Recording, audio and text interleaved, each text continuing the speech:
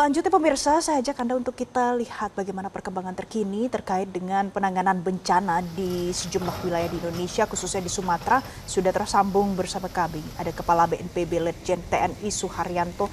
Pak Suharyanto, selamat siang. Selamat siang Mbak. Baik, Bapak, jadi sekarang penanganan prioritas yang dilakukan untuk 3 provinsi ini apa Pak? Baik, yang pertama kami informasikan ya, yang terberat saat ini untuk wilayah Sumatera Utara, ada 2 daerah yang sedang kita tembus. Yang pertama adalah dari Tapanuli Utara ke Sibolga. Ini sudah beberapa hari ada jalannya longsor, ini kita laksanakan pembukaan oleh Satgas Gabungan, Kementerian PU dengan TNI Polri dan BNPB. Target kami 1-2 hari ini tembus sehingga jalur transportasi dan logistik Tapanuli Utara ke Sibolga ini relatif nanti bisa terbuka. Sementara untuk logistik permakanan dan kebutuhan dasar masyarakat terdampak ini sudah masuk bantuan lewat udara, baik Tapanuli Utara maupun Sibolga, tidak ada masalah. Ada beberapa titik pengungsian, tapi kami pastikan kebutuhan dasar masyarakat pengungsi ini betul-betul terpenuhi. Kemudian untuk Sumatera Utara yang terberat adalah Tapanuli Tengah. Karena beberapa hari ini masih belum tembus, tetapi per hari ini tim BNPB menggunakan jalur darat, sepeda motor dan jalan kaki dipandu oleh Babinsa dan Ramil. Ini sudah masuk ke Kabupaten Tapanuli Tengah dan bisa melakukan langkah-langkah penanganan. Tadi ada permintaan karena jumlah korban di Tapanuli Tengah tercatat ada 47 orang yang meninggal dunia dan mungkin masih ada yang dicari. Tetapi karena kami sudah bisa masuk, itu segera setiap hari akan diupdate terus dan langkah-langkah penanganannya sudah bisa lebih baik lagi. Bersama saya juga di Silangit ada Bupati Tapanuli Tengah yang hari ini kami antar menggunakan pesawat udara masuk ke Bandara Pinang Sori di Tapanuli Tengah. Setelah itu Pak Bupatinya akan masuk ke wilayahnya sebagaimana tadi yang dilakukan oleh tim kami menggunakan sepeda motor dan jalan kaki kurang lebih 500 meter. Setelah 2-3 hari ini semuanya terbuka, kami pastikan untuk Sumatera Utara relatif bisa tertangani dengan baik. Dari Bapak Presiden juga memberikan bantuan logistik 1 pesawat Hercules berupa tenda, makanan, alat komunikasi, bahkan juga ada dokter yang dikoordinasi dari Menteri Kesehatan, semuanya sudah masuk. Kemudian untuk Aceh ini ada beberapa yang masih belum bisa tembus, tetapi sebagian besar sudah terbuka. 2 jalur, yang pertama menggunakan lewat Lok Sumawe dan lewat Banda Aceh. Tim BNPB juga sudah masuk ke sana, ya nanti akan kami beritakan, kami informasikan langkah-langkah penanganan, baik untuk korban jiwa maupun masyarakat pengungsi yang terdampak. Untuk Sumatera Utara dipimpin oleh Deputi 3 Penanganan Darurat, untuk Aceh oleh Deputi 4 Rehabilitasi Rekonstruksi.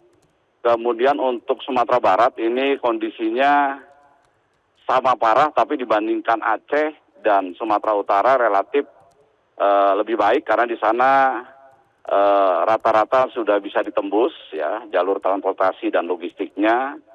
Memang yang lebih parah adalah Solok dan Tanah Datar. Tadi kami berkomunikasi dengan Bupati Tanah Datar, tidak ada korban jiwa. Memang ada beberapa tempat yang terisolasi, tapi bisa didorong logistiknya menggunakan jalur air. Dari TNI Polri, TNI Angkatan Darat, Laut, itu juga sudah menyediakan sarana prasarana baik lewat udara maupun lewat laut. Dan untuk Sumatera Barat dipimpin oleh Sekretaris Utama BNPB. Mungkin sementara update per hari ini seperti itu, Mbak.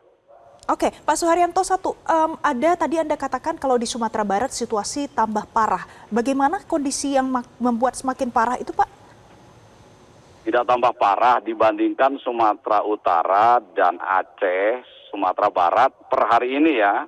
Per hari ini relatif lebih ringan, ya lebih ringan karena tadi kami dapatkan informasi secara umum jalur-jalur transportasi dan logistik itu masih bisa ditembus begitu.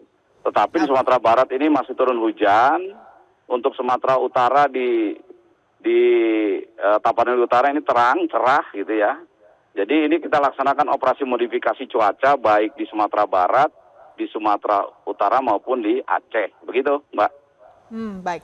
Pak, adakah tambahan personel atau mungkin tim SAR gabungan untuk proses evakuasi pencarian? Personil saya kira nggak ada masalah ya, baik dari BNPB mengerahkan kekuatan penuh, dari kementerian lembaga juga, TNI juga, semuanya personil dari Basarnas juga. Memang yang masalah karena jalur-jalur ini masih terputus, ada yang longsor, ada jembatan putus sehingga jumlah personil itu menjadi tidak efektif gitu ya. Yang berusaha kita tembus sekarang adalah jalur-jalur itu supaya dibersihkan. Saya juga sudah berkomunikasi dengan Kementerian PU, sudah telepon Ibu Wamen PU, beliau juga sudah melaksanakan Zoom. Dan ini untuk Sumatera Utara yang sekarang saya katakan tadi jalur dari Tarutung ke Sibolga masih putus, sudah bekerja tim gabungan untuk membuka jalur ya. Dari semula mungkin tinggal 1-2 hari ini bisa tembus, bisa normal. Dan untuk yang dari Pinangsori, Sibolga ya menuju Tapanuli Tengah yang tadi saya katakan yang berat, ini juga alat beratnya kita gunakan dari yang ada di Tapanuli Tengah. Karena di situ yang putus memang jembatan, tapi kalau lihat dari videonya, itu dengan nanti ditimbun itu bisa jalur untuk logistik roda 4 itu bisa tembus. Tetapi dengan menggunakan sepeda motor dan orang, ya, ini Satgas TNI itu untuk mendistribusikan logistik juga menggunakan orang, dipakai rangsel, ini sudah bisa tembus. Kalau untuk titik pengungsian, apakah masih butuh penambahan, Pak Suharyanto? Titik pengungsian akan bertambah terus ya dengan terdata, tetapi di pengungsian ini rata-rata untuk logistiknya sudah terpenuhi. Ya ini akan berkembang terus ya. Contoh misalnya di Tapanuli Tengah yang terisolir beberapa hari ini sudah terdata pengungsiannya sekitar 600 orang.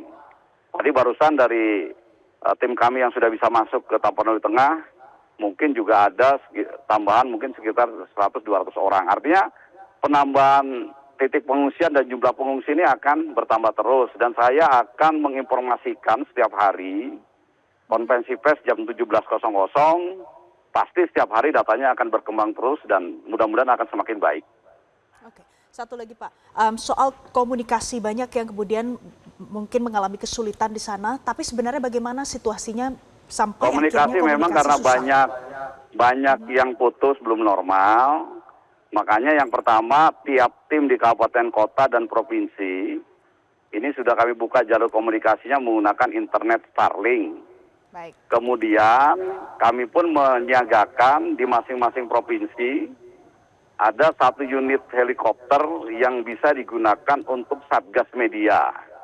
Nanti tiap hari Satgas Media itu menggunakan jalur udara, melihat seluruh wilayah dan memberitakan secara objektif dan jujur gitu bahwa inilah kondisi di lapangan dan ini yang kita lakukan langkah-langkah penanganan.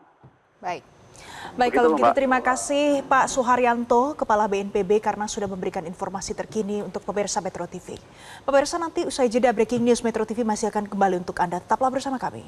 Jelajahi cara baru mendapatkan informasi. Download Metro TV Extend sekarang.